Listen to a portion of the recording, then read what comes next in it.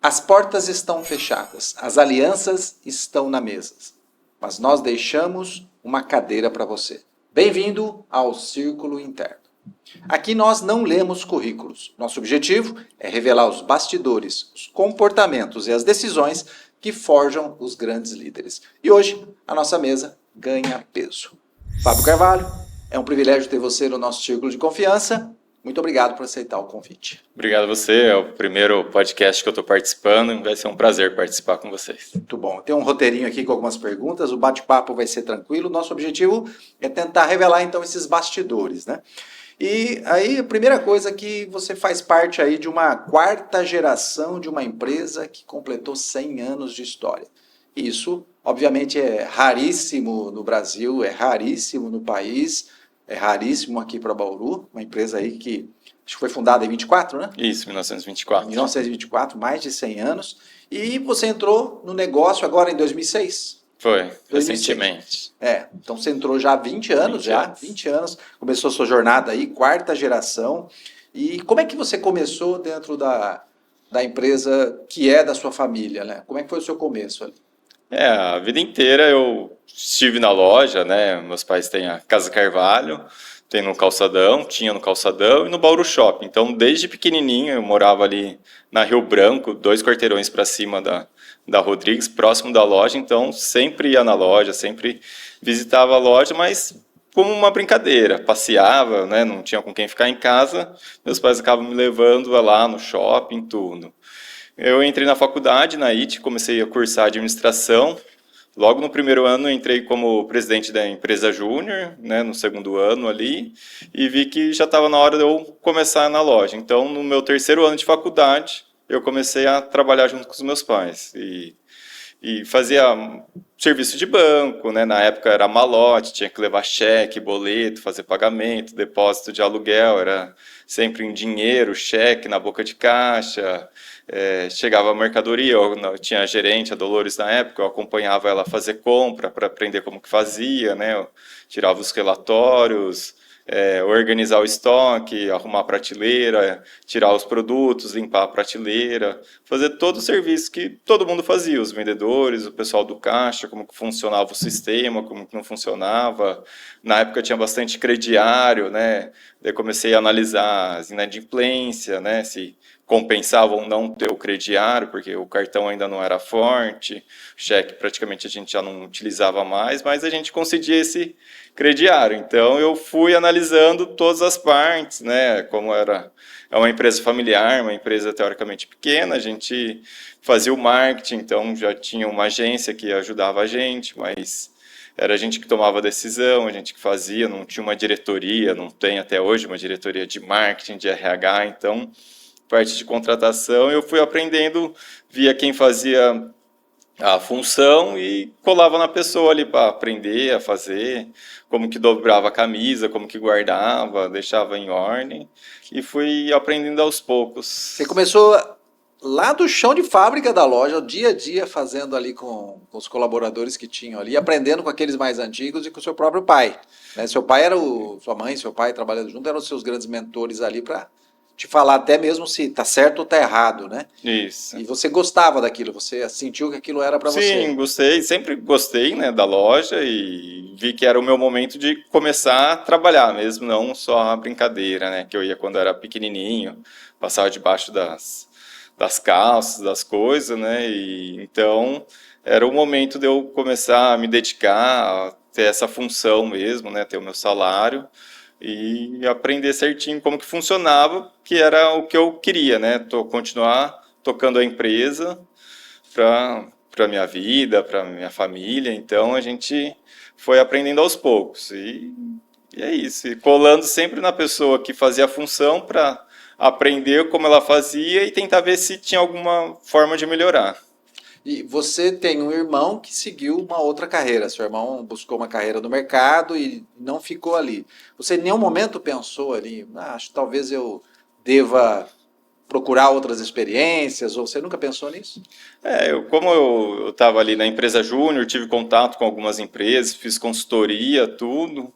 Então, eu achei que era melhor e eu gostava da loja, né? Então, foi ali que eu comecei. Meu irmão foi fazer faculdade fora, trabalhou em grandes empresas, hoje ele é diretor da VR Benefícios, então ele tem uma vida à parte, digamos assim, da loja lá em São Paulo, tudo, e eu acabei continuando com os negócios da família. Legal.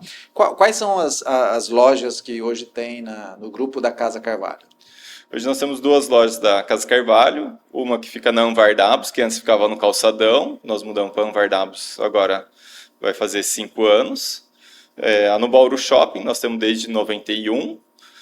Nós temos a Democrata do Bauru Shopping, que começou como uma Casa Carvalho, vendendo produtos exclusivos da Democrata, em 2003. E agora, em 2023, nós abrimos a outra franquia da Democrata no Boulevard Shopping Bauru. Legal. Falando aí da primeira loja ali da Casa Carvalho, vocês ficaram lá 97 anos, não foi?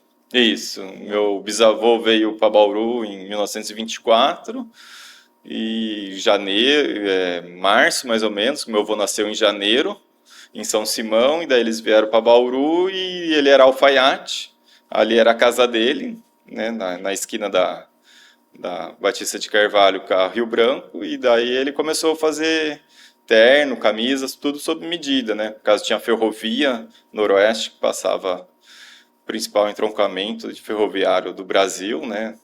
Então tinha bastante cliente, fazia roupa para o Brasil todo, né? Legal. E como é que foi assim, depois de 97 anos, com toda essa carga emocional da casa que era do seu bisavô, de estar lá 97 anos no Calçadão, a mesma loja há tanto tempo, tomar essa decisão de mudar e ir para um outro lugar? Como é que foi? Porque é uma decisão de negócio, mas tem uma carga emocional, né? Não foi fácil pegar a chave e falar, ó, toma a chave da loja, da casa, né, desses 97 anos aí.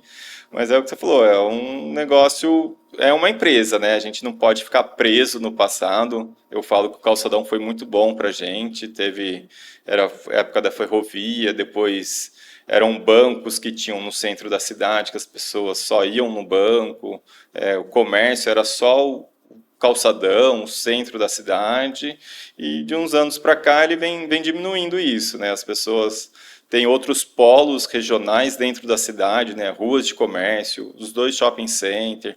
Então o público dividiu, então não fazia mais sentido a gente ter aquela loja lá. Um lugar que não era tão confortável para o cliente, era difícil de estacionar. A gente tinha convênio com estacionamento, com 2 estacionamentos, mas às vezes lotava em épocas festivas, então o cliente não conseguia estacionar.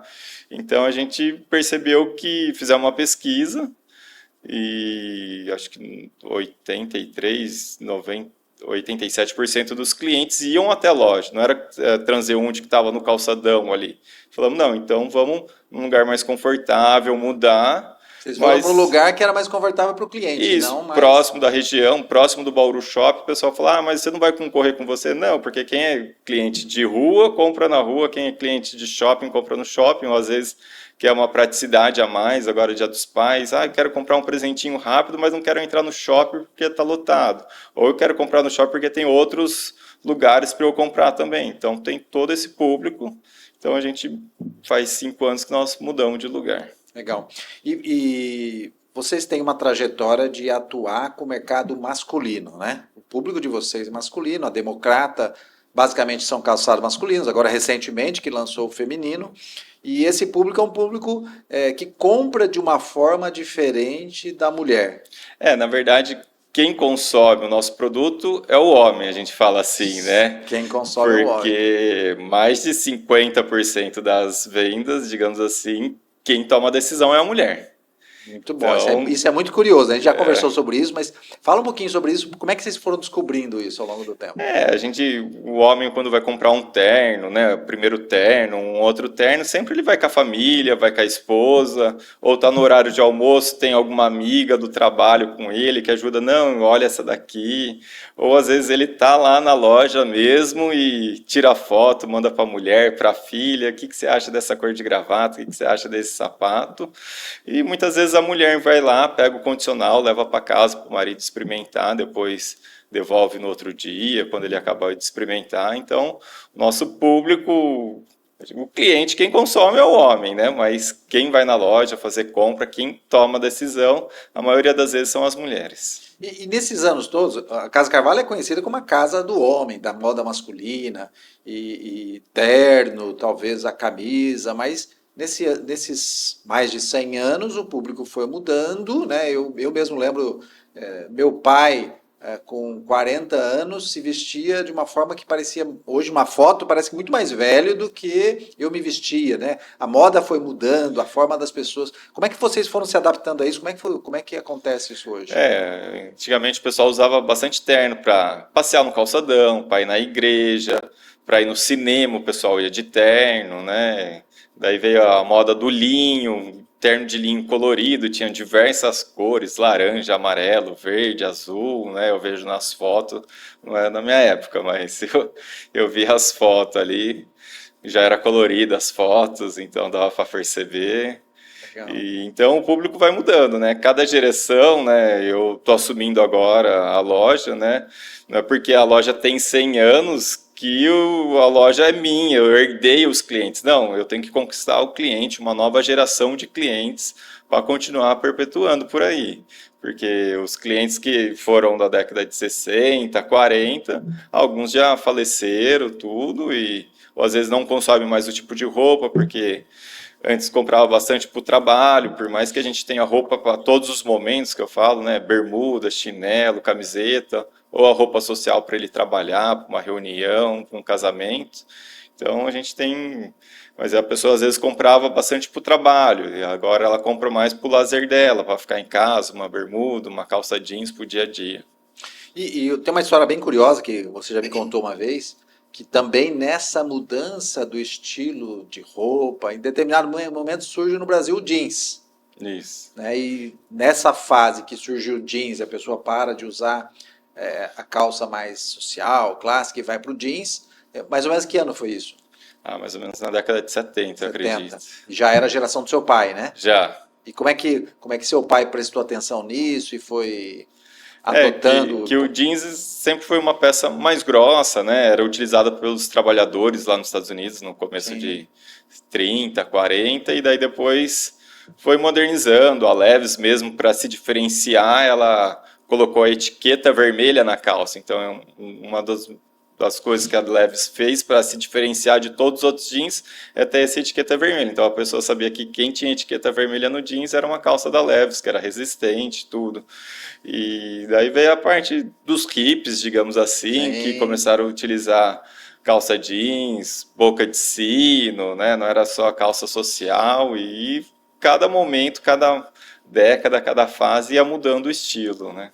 E sempre a gente teve que ir se atualizando, vendo com os fornecedores o que tem, buscar novos fornecedores e conseguir as peças que eram adequadas para os nossos clientes. E hoje, nesse conjunto de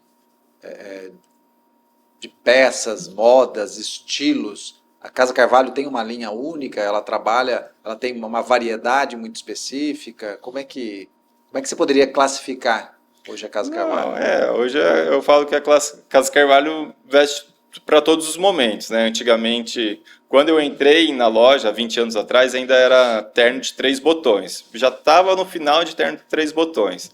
Agora, de 20 anos para cá, mais ou menos, é basicamente terno de 2 botões. Então, a gente vende os ternos, que na verdade ele chama costume, né? Que é o paletó e a calça. O terno é se ele fosse com o colete, que seriam 3 peças.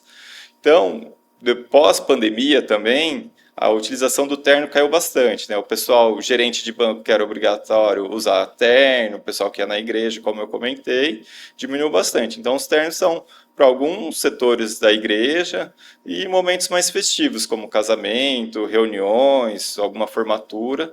Então, a gente continua com essa linha social, mas a nossa linha casual, calça jeans, bermuda, camiseta polo. Camiseta, por exemplo, é o item que a gente mais vende na loja, né? O pessoal pensa na Casa Carvalho como moda social, mas não. E hoje e as peças hoje estão vindo com bastante tecnologia, né? Que não amassa, com tecido peruano, pima, algodão egípcio, um elastano, né? Antes a calça jeans também não tinha elastano. o homem tinha preconceito que a calça teria elastano e depois aprendeu que o que importa é o conforto mesmo. A calça sem elastano é bem difícil de utilizar, então assim que foi mudando a moda. O Fábio, e o curioso é que em determinado momento vocês percebem que além do vestuário, o calçado seria importante ali, né? Com certeza vocês conseguem entender que a pessoa que vai lá, vocês começam a vender calçado. Isso, a gente sempre trabalhou com calçado, né? Antigamente então sempre trabalhou. Sempre trabalhou com calçado, até 97 mais ou menos trabalhava com a Samelo, que era bastante mocassim, dockside, e daí a Samelo não estava entregando, daí nós começamos com a Democrata já no final de 97, 98, então a gente já trabalha com a Democrata. E daí quando teve a ampliação da nossa loja lá no Bauru Shopping, que antes era num espaço, num bloco só, hoje elas são em 2 blocos, no final de 99, e daí já colocou calçado lá. Só que o estoque para manter o calçado, a caixa é muito grande, então não cabia muito no estoque. E daí no Natal de 2022 viu que não tinha condição de manter a loja de roupa com de calçado. E daí meu pai decidiu montar uma loja exclusiva de calçados Democrata, que tinha bastante variedade, né? Na época eram muitos sapatos, poucos tênis, né? Hoje a proporção é completamente invertida, né? São quase 60% das vendas são os tênis, né? E daí depois vem o restante, que é sapato, bota, mocassim e chinelo, né? Então, na época, então, montou essa loja exclusiva 2002, né? 2003, março de 2003. Foi no Natal que ele viu que não dava para manter roupa com calçado na mesma loja. E vocês mandavam, a pessoa comprava na Casa Carvalho, vocês mandavam para outra loja para os calçados? Isso, até hoje é assim, né? Tem uns manequins, o cliente fala, eu quero ver esse sapato. Ah, não, esse daqui tá de mostra, a loja da Democrata subindo aqui a escada, tudo. Então, sempre foi assim, né? E daí os clientes foram copiando, né? A gente tinha vários clientes aqui na região e eles gostaram dessa ideia de ter uma loja exclusiva Democrata.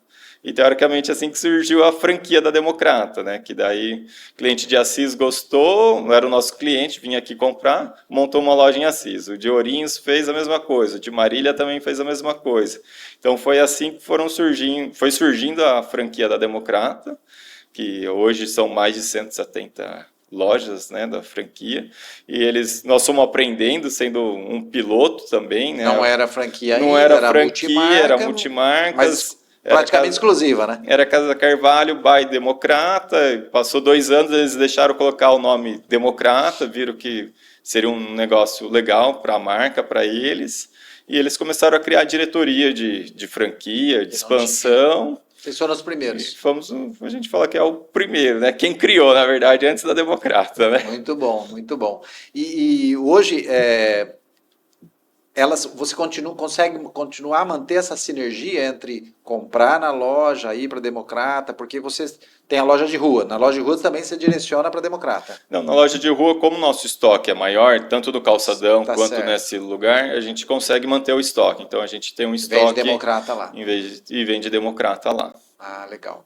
Ô Fábio, nessa caminhada aí de vocês trabalharem, né, tantos anos com vestuário masculino, você, Fábio, 20 anos entrando nessa geração, você foi vendo mudanças no mercado, né? Então, eu conheço a história de vocês, do seu pai, vocês passaram por ter e-commerce, abandonar o e-commerce, ter site, trabalhar redes sociais. E como é que vocês lidam hoje com o desafio do ambiente digital e como é que você percebe que aquela pessoa que compra de vocês, ela toma a decisão de alguma forma vendo o que vocês produzem, porque depois a gente vai chegar no seu canal do YouTube e a importância que ele tem hoje, e como é que vocês começaram a perceber e lidar com isso? Tanto o site, e-commerce, desiste do e-commerce, as redes sociais? Meu pai sempre foi para frente, digamos assim, né? A gente tem computador na loja desde 86, o ano que eu nasci. Ele tinha máquina digital, que era com disquete também, em 93. Então, para colocar no site, a gente tirava foto ali. Eu não tirava nessa época, mas ele tirava foto, subia para o site já naquela época de 93. Então, foi um dos pioneiros, né? Então, sempre foi assim para frente e a gente sempre foi evoluindo. Tivemos loja em Botucatu da Casa Carvalho em 2004, em 2009 abrimos uma Casa Carvalho em Marília e daí em 2013 mais ou menos a gente criou um e-commerce para tentar ser mais fácil. A gente colocou os produtos de calçados da Democrata, porque na época os fornecedores não deixavam a gente vender individual, do Dalina, Fideli. Era um outro momento, uma outra época. Eles achavam que eu ia estar concorrendo com o cara de Sergipe, de outro lugar, comprando aqui, não era justo. Era uma outra mentalidade antes da pandemia, sim, né? Sim. De tecnologia também.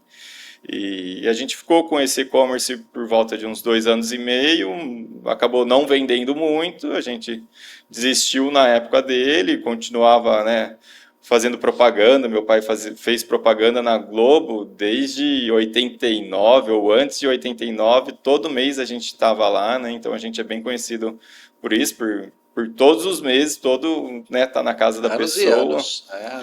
E fizemos o Globo, teoricamente, até 2009, mais ou menos. E daí começou a entrar as redes sociais, Facebook, entre outras redes sociais, que a gente foi migrando para o jornal, né? Sempre fez jornal, então a gente sempre estava ao contato do cliente, né? Então o cliente conhece a gente por causa de muita propaganda, muita mídia que nós fizemos, e a gente faz até hoje, mas uma mídia direcionada mais para a rede social. E hoje você percebe que a rede social, o site de vocês, ele traz de volta um cliente que é já de vocês, ou ele também traz novos clientes que nunca não conheciam ainda a Casa Carvalho? Você consegue medir isso hoje? Ele traz tudo, né? O site, as redes sociais, né? A gente tem as métricas do impulsionamento, ou de quem visita a página, quem recebe a propaganda mesmo, né? Porque a TV você colocava lá, todo mundo recebia, né? Cliente, não cliente, homem, mulher, criança, adulto, e você não consegue medir, né? Se a pessoa não falar, eu vi na propaganda, né? Vi na TV, eu escutei no rádio, vi no outdoor. Então é complicado isso. E ali, pelo internet, você consegue ter todas as métricas e saber da onde veio, como que é, por mais que ele também não fale que veio, sim, que ele viu a propaganda. Mas você tem uma métrica um pouco mais precisa ali. Conseguir consultar, saber a faixa que eu quero de idade, se é homem, se é mulher, quem que eu quero impactar. Ó, olhando da minha percepção, do meu ponto de vista, é óbvio que a primeira marca de moda masculina, né, varejo que eu tenho na minha mente é a Casa Carvalho, e você já deu histórico por isso, né? Muita TV, muita TV, muita TV, sempre muito forte na comunicação, jornal e tudo mais. Essa construção de marca e manutenção da marca, você considera que continua fazendo? Você consegue enxergar concorrentes se aproximando de você? Você acha que existe vários? Eu sei que tem várias empresas trabalhando com varejo masculino, mas da forma como você trabalha, com a força da marca de vocês? Acho que as marcas ainda são mais... Tem medo de gastar com marketing, parece. A gente sempre investe em boa produção de qualidade de vídeo, faz impulsionamento, né? A gente fala, gastei 200 para fazer um vídeo, por exemplo. Não vou colocar 50 reais para divulgar. Era igual na TV. Quanto custa a produção? Muito menor do que a veiculação. Custa 5 mil? Vamos por 15, 16 mil para divulgar, veicular. As pessoas hoje ainda fazem ao contrário, né? Gastam mais na produção e para divulgar gastam menos. Não, você gasta a produção e você tem que... Você investe tanto na produção, ninguém fica sabendo o que você fez. Então as pessoas fazem isso ao contrário, parece. E nesse movimento que vocês sempre trabalharam super bem com comunicação, em determinado momento você começa a criar o seu canal no YouTube, que hoje tem 384 mil inscritos. Sim. Mas eu me lembro quando a gente conversou, há poucos anos atrás, você tinha batido 100 mil, 100 e poucos mil. Foi, 2 anos atrás. Estava com 100 mil e Eu comecei colocando as propagandas da loja, vídeos pessoais, vídeo da minha filha. Teve uma época que eu usava ele como um backup. Não tinha espaço na nuvem, essas coisas. Colocava o vídeo lá, subia. E daí na pandemia a gente começou a produzir vídeos para lojas, dicas para as pessoas, né, como dar nó de gravata, como utilizar a roupa. E fomos produzindo os vídeos, foram viralizando alguns vídeos. E agora 4, 5 anos aí, de 8 mil inscritos, foi para 384 mil. 384 mil. E você chega até a monetizar, ter resultado financeiro do próprio canal. Sim, pelas visualizações, pela venda de produtos que eu faço pelo próprio YouTube. Pelo próprio da Democrata, Na verdade, na Democrata eu tenho um código de vendedor meu que eu coloco no vídeo. Mas agora existe o YouTube Shop também, né? Então eu consigo vender outros produtos linkado com o Mercado Livre, Shopee, Natura, vários marketplaces que são associados ao YouTube, que você acaba vendendo de tudo, né? Então ele clicou ali no sapato e acaba comprando uma árvore de Natal, por exemplo, vem a comissão também da árvore de Natal e do sapato. Então, das lojas, do mercado do vestuário masculino ao calçado masculino, de repente surge um canal no YouTube, você constrói um canal, ele começa a dar certo e você começa a produzir conteúdo, você consegue monetizar. Isso virou um negócio para você? Porque recentemente você lançou também um curso, Isso. Um infoproduto. É. Então isso começa a virar um novo negócio, porque o seu infoproduto é voltado para a moda masculina. Isso. Então ele se conecta a tudo que você faz hoje? O curso que eu fiz foi gravado dentro das lojas, né, da Casa Carvalho e da Democrata, falando de moda masculina, como se vestir, como fazer combinações. São 50 aulas ali explicando de forma prática, rápida, que o homem não quer enrolação, né? O pessoal do curso falava, não, você tem que fazer mais tempo, tem que ser uma aula de 15 minutos. Fala, não, mas em 4 minutos, 3 minutos, eu passo o recado, a pessoa resolve ali tudo, né? Claro que tem aula de terno, algumas aulas que são um pouco mais demoradas, mas a maioria o assunto é esse, isso combina assim, isso se usa assim, está resolvido. E daí a gente tem o canal no YouTube que acaba divulgando, né? Não só para Bauru, antes o cliente vinha até a loja, né? Hoje os meus clientes são, né, nacionais ou internacionais. Eu vejo lá a métrica do Japão, dos Estados Unidos, bastante gente que comenta, né? Que eu vejo que é de fora. Então, às vezes, estou andando no mercado, vi seus vídeos, vi não sei o quê, estou no restaurante. Tinha um vídeo que era o top de todos eles, de visualizações, que era o da gravata, ainda é? Isso. Tem outros como dicas de como se vestir, não usar meia branca com sapato preto, umas coisas assim, que esse passou. Esse passou da gravata. Quase 100 milhões de visualizações. 100 milhões de visualizações? Caramba, um vídeo só. Caramba, sensacional, sensacional. E ele acaba potencializando até o que você faz, a imagem da sua imagem pessoal, né? Porque a sua imagem pessoal começou a se destacar, e o do própria loja, obviamente, né? Porque você está muito atrelado à marca. A pessoa acaba se relacionando, né, a Casa Carvalho com o Fábio com o Democrata, né? E eu falo para os vendedores, né? Vamos gravar, agora a gente está com alguns episódios, digamos assim, gravando com os vendedores, né? Para os clientes saberem, né? Sim, lembrar quem é o vendedor, né? De dica, eu uso camisa por dentro ou por fora, mocassim, combina com bermuda ou com calça. Então, os vendedores estão agora assumindo também que tem que aparecer um pouco para o cliente saber e mostrar mesmo que eles sabem, né? Todo o conhecimento que eles têm de bagagem de anos. Isso é um baita diferencial porque as outras marcas não fazem isso e não têm essa potência que você tem hoje com o seu canal. As pessoas têm vergonha. Eu falo, eu sou super tímido também, não sou muito de conversar, mas para divulgar, para mostrar, a gente, né, a câmera, antigamente a gente tinha medo, né? Parece que o cara vinha com a câmera a hora que você estava comendo, com aquela luz na cara. Agora não, agora é pro negócio. Muito bom. Como é que é para você na sua vida, agora mais voltado para o pessoal, de você equilibrar hoje, assumindo aí a gestão dessas lojas, da franquia, né? Talvez essa relação seja diferente, loja própria versus franquia, você tem que dar uma tem que cumprir alguns requisitos e algumas regras da franquia. Quais os comportamentos que você foi tendo que lidar e ter diante disso para a sua gestão? Principalmente você assumindo, né, seu pai, sua mãe, tirando um pouco a energia dessa gestão, você assumindo cada vez mais. Vamos falar um pouquinho de comportamento. Quais foram os comportamentos que você foi de jovem aprendiz da loja da própria família ao empresário Fábio que tem que lidar com as tomadas de decisão? Como é que foi? Que comportamento você foi percebendo? Primeiro é a constância, né? Se a gente faz 200 coisinhas por dia para dar um resultado, né? E todo dia tem que fazer isso. Não adianta fazer uma reunião e esquecer a empresa dali 20 dias voltar, não. Todo dia tem que continuar fazendo, né? Mesma coisa. A mesma coisa, né? Falar com o cliente, arrumar aqui, limpar ali, ajeita a roupa, tira a foto daqui, mostra ali, aí faz o atendimento assim, abre caixa assim. Então, todo dia tem que ter essa constância, né?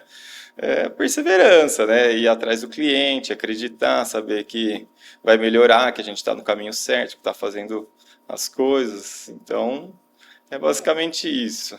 E o Fábio em si, como é que você foi se forjando como líder? Lidar com pessoas, colaboradores, troca de colaboradores. Como é que você foi se forjando como líder, né? Com a pessoa que tem que fazer a gestão das pessoas, entender o outro ser humano. Eu fiz, né, a administração, depois eu fiz um curso na FGV também, de estratégia em vendas, mas nunca fiz um curso específico de RH, então eu fui aprendendo sozinho no dia a dia, né? Não tinha muito contato com empresários na época, era mais as pessoas, né, o ramo, dependendo, falar, esse é meu concorrente, não quero você por perto. Não, você tem que trocar ideia com as pessoas, tem que saber, né? Não é porque é concorrente que vende o mesmo produto que você não vai poder negociar com ele para tentar com um fornecedor melhor, ou trocar ideia sobre funcionários, ex-funcionários, sistema, o que usa, o que não usa.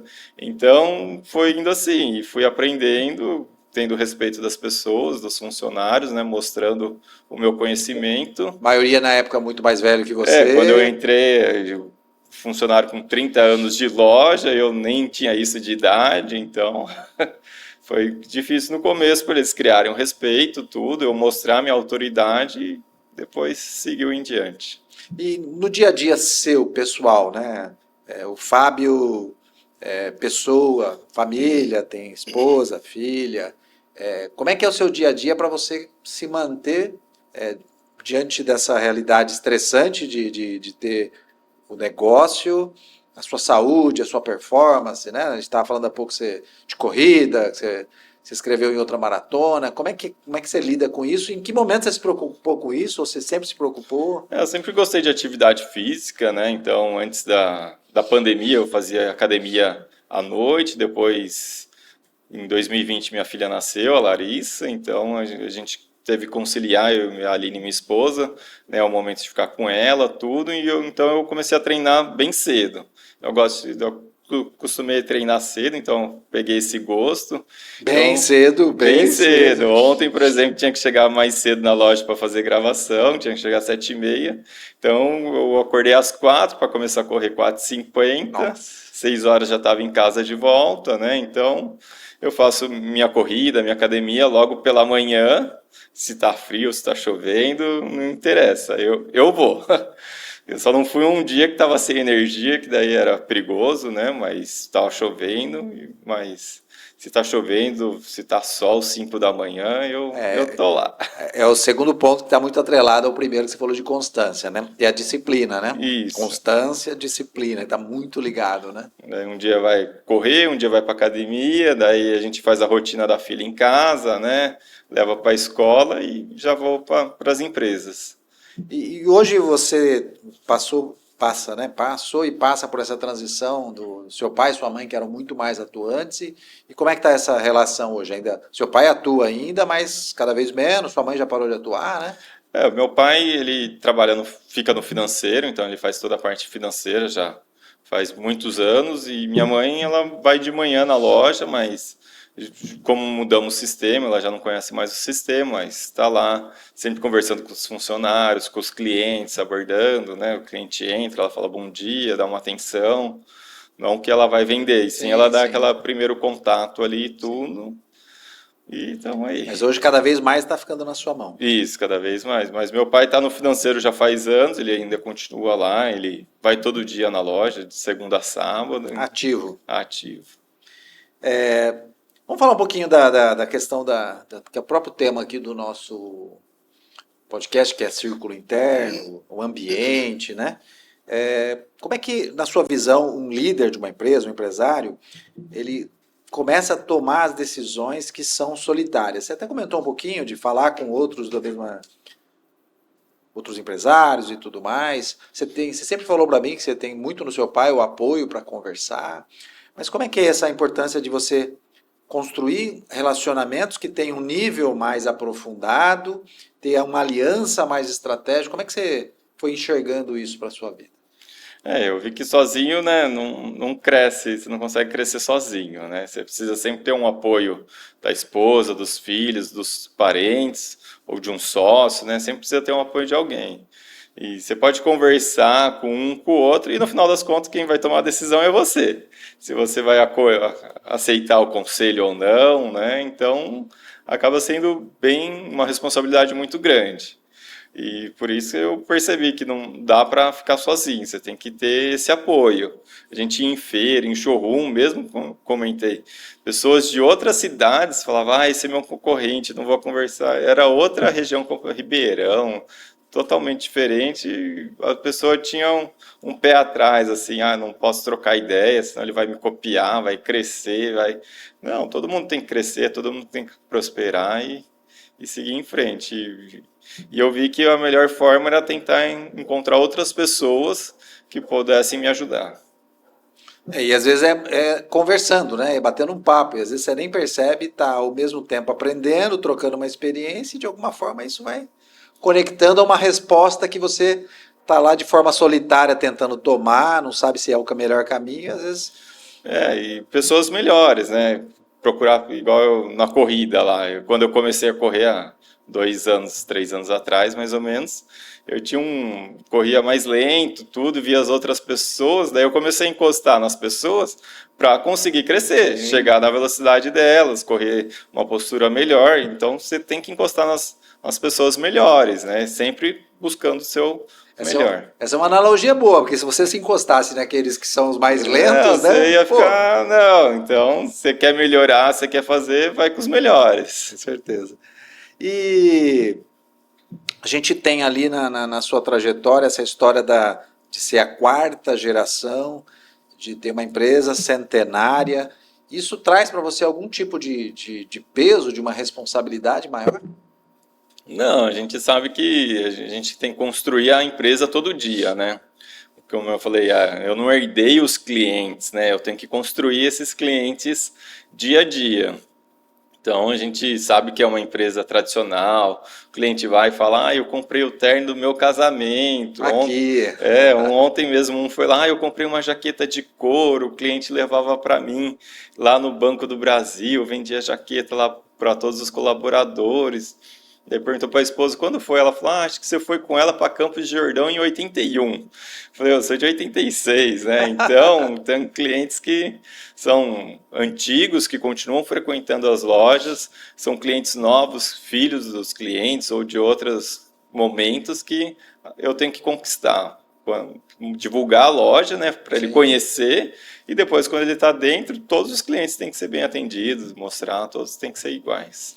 Daqui para frente, o desafio vai ser cada vez mais seu, né? Vocês já tiveram loja em Marília e Botucatu, que em determinado momento vocês encerraram a operação, mas qual a sua visão hoje do seu modelo de negócio?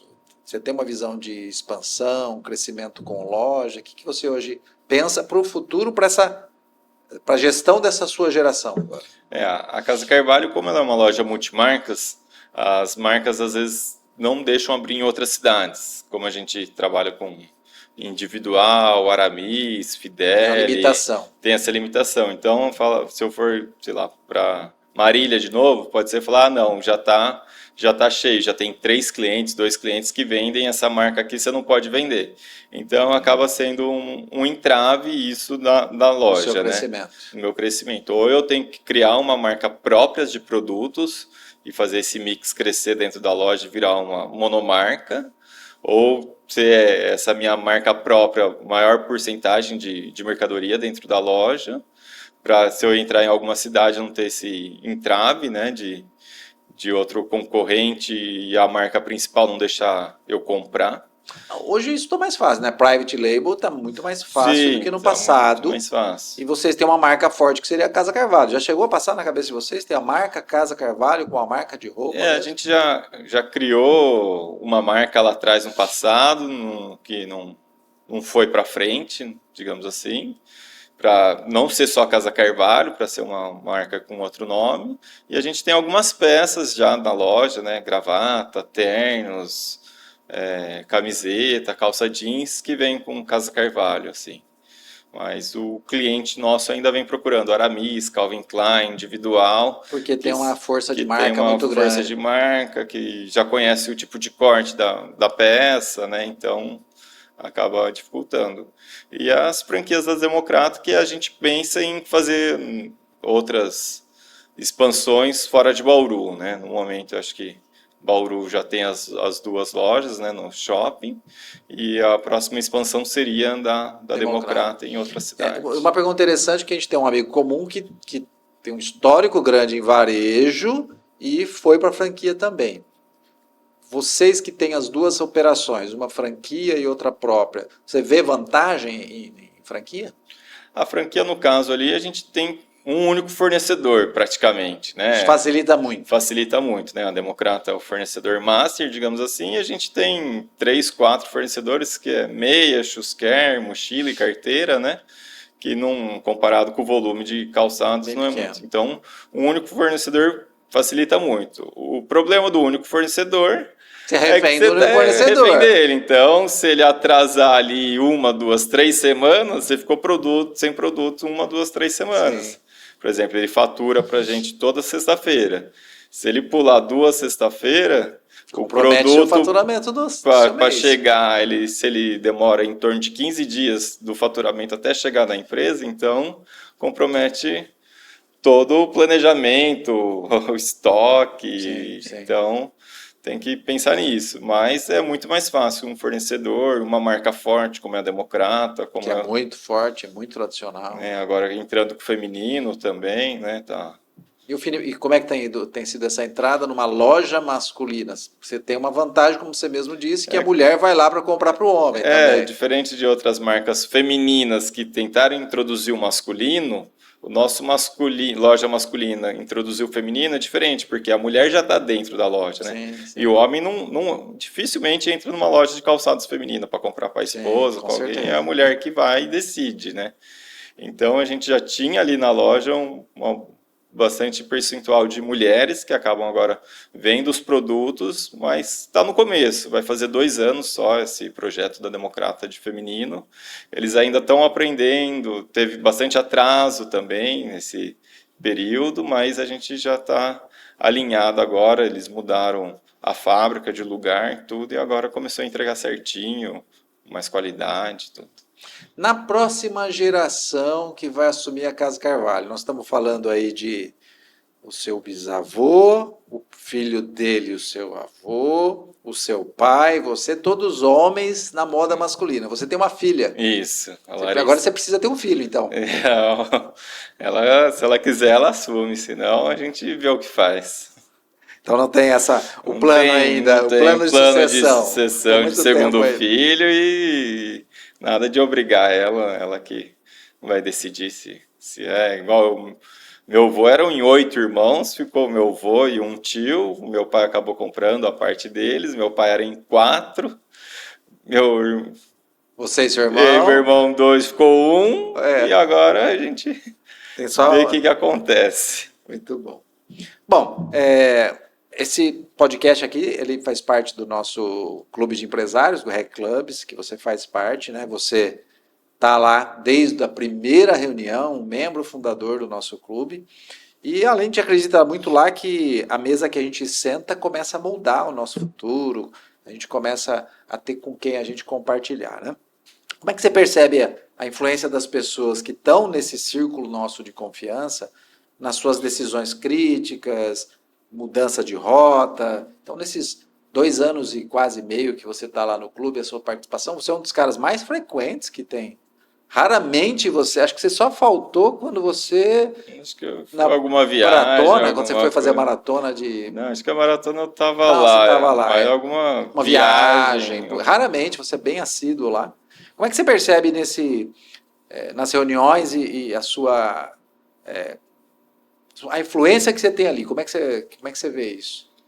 Acho que foi completamente diferente, nunca tinha participado de um network, alguma coisa assim que o pessoal fala, né? Tanto que você me chamou, eu falei, vamos lá, nem sei o que Vamos ver o é. que é Acho isso. que você também, na época, pensava num projeto que fomos moldando de uma outra forma, né? E é uma experiência completamente gostosa, prazerosa, né? A gente faz de tudo para conseguir participar, né? Se tem uma viagem, tenta ir depois do meio-dia, fazer, mudar. Então, eu faço questão de estar lá nas sextas-feiras, né? Na última do mês, que é o grupo 1. E é uma experiência que a gente troca, né? Não só com pessoas do meu setor, né? De comércio, mas tem tecnologia, pessoal de tudo lá, De produto de empilhadeira, o que tem a ver? De serviço. Então é uma experiência que a gente troca, né? É concorrente, não é concorrente, não interessa, você tem que estar presente, conversar com as pessoas, porque às vezes você perde 6 meses resolvendo um problema lá, com 20 minutos de conversa você já consegue antecipar esse problema de 6 meses. Então são experiências que a gente acaba trocando, conversando com outros empresários. Tem hora que parece um pouco aquela terapia em grupo, né? Você vai na terapeuta, você fala, ela não fala nada e você fala assim, poxa, eu já resolvi meu problema só eu falando. Só falando em voz alta. Em voz alta.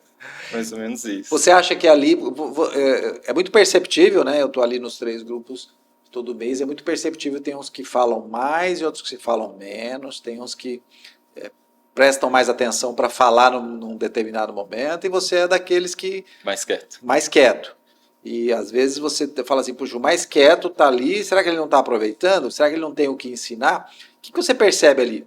Você aprendeu mais ou ensinou mais? Que momento que você acha que faz mais sentido ali, que você conecta a alguma solução sua? Como eu falei, eu sou mais tímido, eu sou mais quieto, então eu acabo escutando mais, sempre foi assim, em roda de amigos, em tudo, né? Então eu consigo aproveitar bastante, não sou de anotar, eu sempre presto bastante atenção no que as pessoas falam, e quando eu consigo dar a minha opinião, né, tá aberto para eu dar a minha opinião, mas minha vergonha, minha timidez, eu consigo lá expressar. O círculo é pequeno ali pequeno, também? Não, já me soltei já.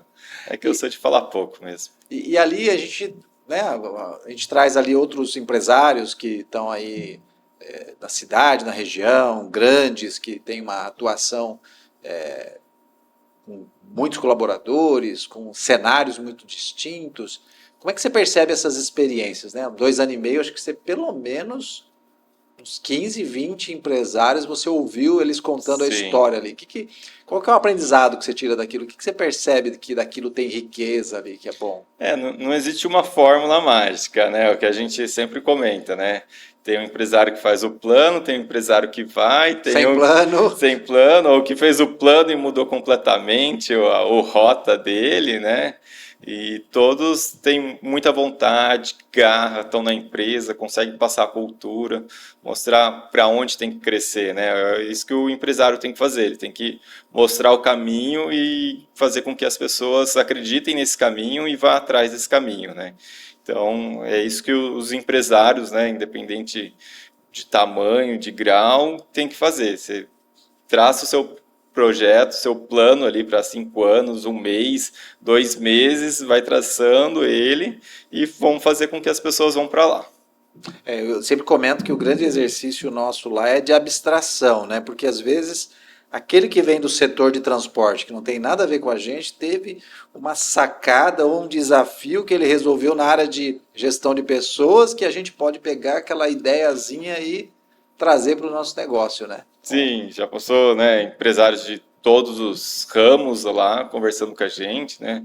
Transporte, alimentação, papelão, de tudo, e a gente consegue sempre pegar a parte boa que foi para ele ou o erro dele, que a gente consegue aprender com isso. Muito bom. Fábio, eu tenho um Opa, presentezinho aqui para você. muito obrigado. Um brindezinho para você. A gente tem um energia. Canequinha. Aqui. Muito obrigado. Você é o primeiro a ter essa caneca exclusiva. Ó, chique, hein? Número 1. Número 1. Quero agradecer aí a ter aceito o convite novamente. Obrigado, o papo foi muito bom. Gosto de ouvir histórias de empresários, gosto de ouvir sua história. Você vê que eu lembro de coisas que você me falou, Sim. porque acho que tem aí uma história marcada que ajuda outros a se inspirar e ajuda outros a perceber como realmente essa caminhada que vocês fizeram na família, nessas gerações, na construção da marca, no preciosismo, detalhismo que vocês tiveram, como fortaleceu, e a marca de vocês é uma marca importante na cidade, importante na região, e a história é uma história que vale a pena ser contada. Muito obrigado. Tá bom? Foi um prazer Obrigado. participar. Eu que agradeço. Ficamos aqui no nosso podcast Círculo Interno. O objetivo é a gente criar um círculo de confiança, trazer aqueles que realmente colaboram com a gente, que trazem inspiração e fazem a gente caminhar bem nesse mundo empresarial. A gente se vê no próximo episódio.